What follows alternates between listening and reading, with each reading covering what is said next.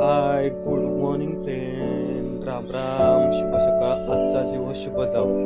आज आहे 4था शनिवार. आज सुट्टीचा दिवस आहे. आज म्हणलो गच्चीवरती टेरेसवरती जरा स्वच्छता करूया. तसं डेझर्ट रोज आयडेनियमचे झाड आहेत ते पण आज लावायचे आहेत. त्याच्यासाठी आता प्रथम माती तयार करून घेतलेली आहे. माती तुम्हाला दाखवतो. आणि आज आपण डेझर्ट रोज आयडेनियम याची हे करणार आहे, रोपांची लागवड करूया आपल्या कॅरी बॅगमध्ये आणि प्लास्टिकच्या बॉटलमध्ये. तर बघूया टेरेस गार्डन. हे आमचं वरचं टेरेस आहे. टेरेसवरती आपण ॲडिनियम आणि त्यालाच आपण डेझर्ट रोज म्हणतो ते आज आपण व्यवस्थित लावूया. थोडीशी टेरेसवरती घाण पण झालेली आहे, ते आता पहिल्यांदा आपण घाण साफ करूया. तसेच जे आपल्याला डेझर्ट रोज किंवा ॲडिनियम लावायचे आहे त्याच्यासाठी आपण ही पहिली माती तयार केलेली आहे.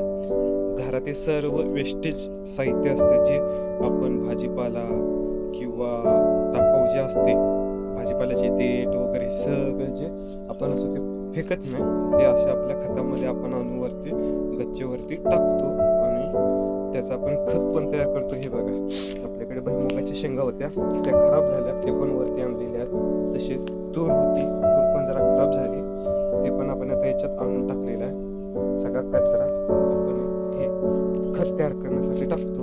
आणि जे आता आपण ॲडिनियमचे झाड आहेत ते आता लागवड लावण्यासाठी आपण आता माती तयार केलेली आहे. या मातीमध्ये वाळू आहे, नंतर आपल्याकडे जी साळ म्हणतात त्याची टप्पर, शेणखत, माती आणि विटेचा जो भुगा पडतो, लाल भुगा आपलं हे असते, वीट तुटून जे भुगा पडतो त्याची माती असं आपण इथे आणून सगळे एकत्र केलेले आहे. त्यात मिक्स करणार आणि ते ॲडिनियमच्या झाडामध्ये लागवडीसाठी आपण वापरणार. त्याच्यासाठी ह्या पिशव्या पण आपण आणलेल्या आहेत. त्या पिशव्या भरायच्या आहेत आणि त्याच्यानंतर त्याच्यात लागवड करायची आहे. तशा प्लॅस्टिकच्या बॉटल पण आपण जे वेस्टेज साहित्य असते पडलेलं वगैरे ते आपण गोळा केलेला आहे, त्याच्यात कापायचं, त्याच्यामध्ये ते लागवड करायची आहे. अशा तऱ्हेने गच्चीवरती थोडीशी आपल्या टेरेसवरती खराब झालेला आहे, इथे अशा प्रकारे घाण पडलेली आहे. सगळं साफसफाई करणार आणि नंतर लागवड करणार. आमचे टेरेसच्या बाजूला जे आंब्याचं झाड आहे त्याला खूप मोहर आलेला आहे. बघा मित्रांनो, कसा मोहर आलेला आहे,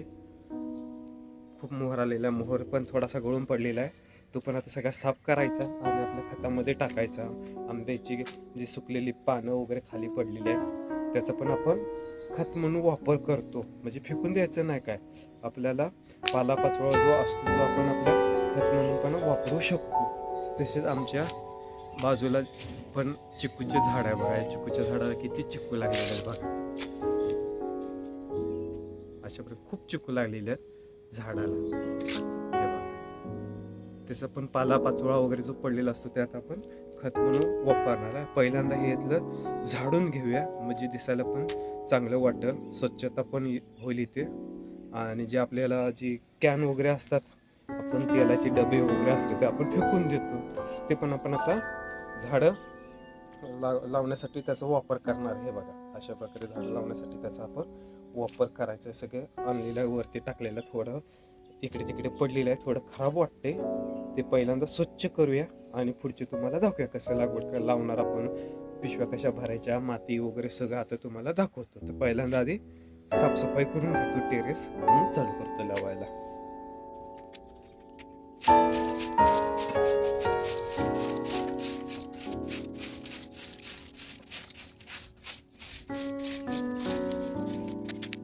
हे बघा मित्रांनो, कुंडीमध्ये आपण पाणी वगैरे टाकतो, त्याच्यातनं ती माती वगैरे वाहून जाते.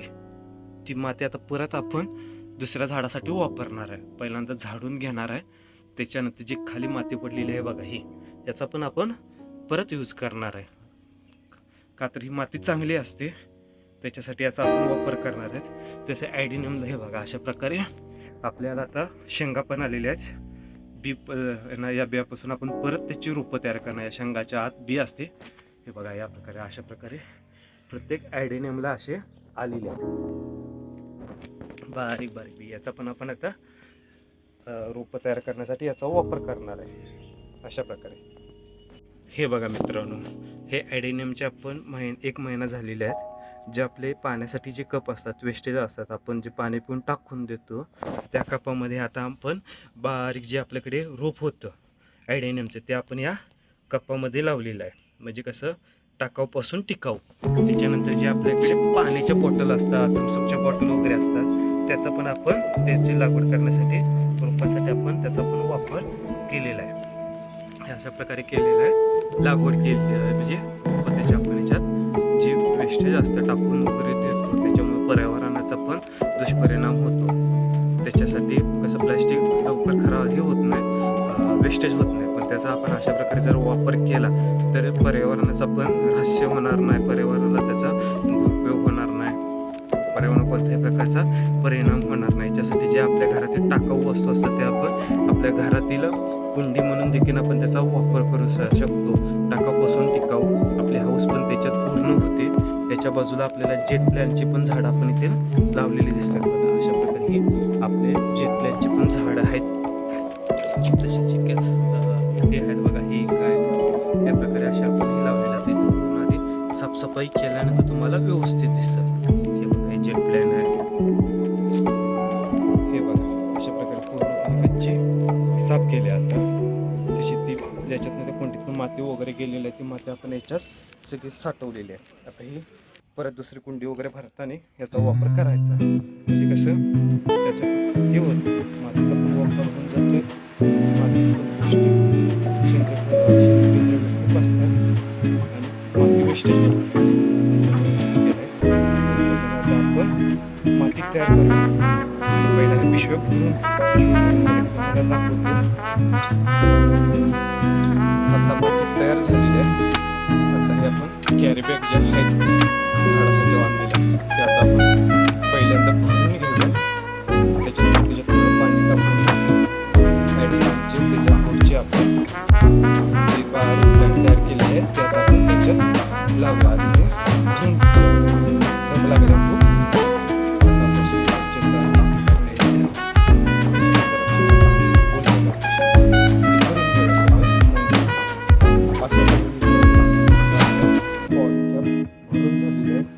तसेच जे आपल्याकडे वेस्टेज बॉटल होत्या त्या पण आता आपण भरलेल्या पहिल्यांदा पाणी टाकूया. त्याच्यानंतर ॲडेनियमचे त्याचे रोजचे झाडे याच्यात लावूया.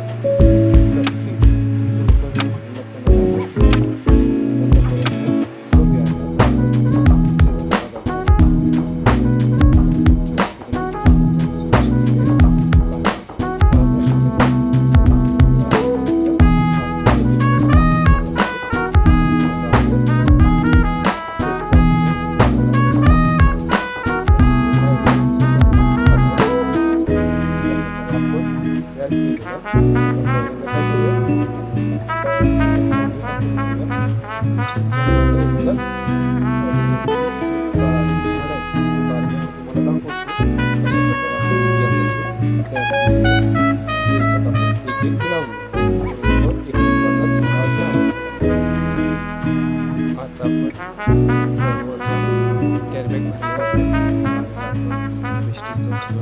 मातीला आता पाणी दिलेलं आहे. आता याला एक होल पाडायचा. होल पाडल्यानंतर ती झाडं आणून याच्यात आता लावूया, बारीक छिद्र पाडूया आणि ते बारीक जे ॲडेनियम डेझर्ट रोड आहे त्याची झाडं आता याच्यात आपण लावूया. पहिल्यांदा तुम्हाला लावताना पण दाखवतो. हे बघा मित्रांनो, आपण खाली ॲडेनियम डेझर्ट रोडची जी झाडं तयार केलेली आहेत, रोपं तयार केलेली आहेत सेटपासून, ती ही आपण थोडी लावलेली आहेत. या प्रकारे आपण ही इथे तयार करून ठेवलेली आहेत सावलीमध्ये.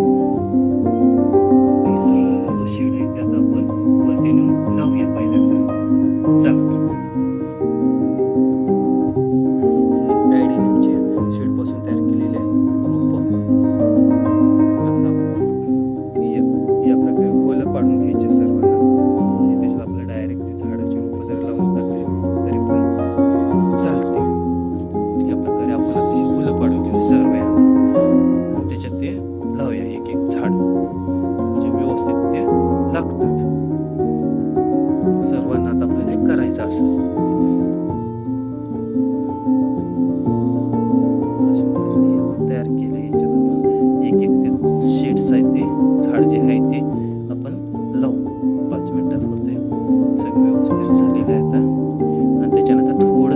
द्यायचं, म्हणजे त्याच्या मुळाला ती माती घट्ट चिटकल मुळं आणि ते झाड फिट्ट होऊन जाते या मातीत.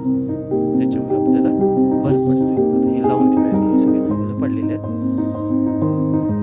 मोठ्या काठीने घेतलेले आहेत, म्हणजे लवकर काम होतं आपलं. आणि याला आठवड्यात नाही एकदा किंवा दोनदा जरी पाणी दिलं तरी पण चालतं, कारण की वाळवंट प्रदेशातील झाड आहे, डेझर्ट रोज म्हणतात त्याला.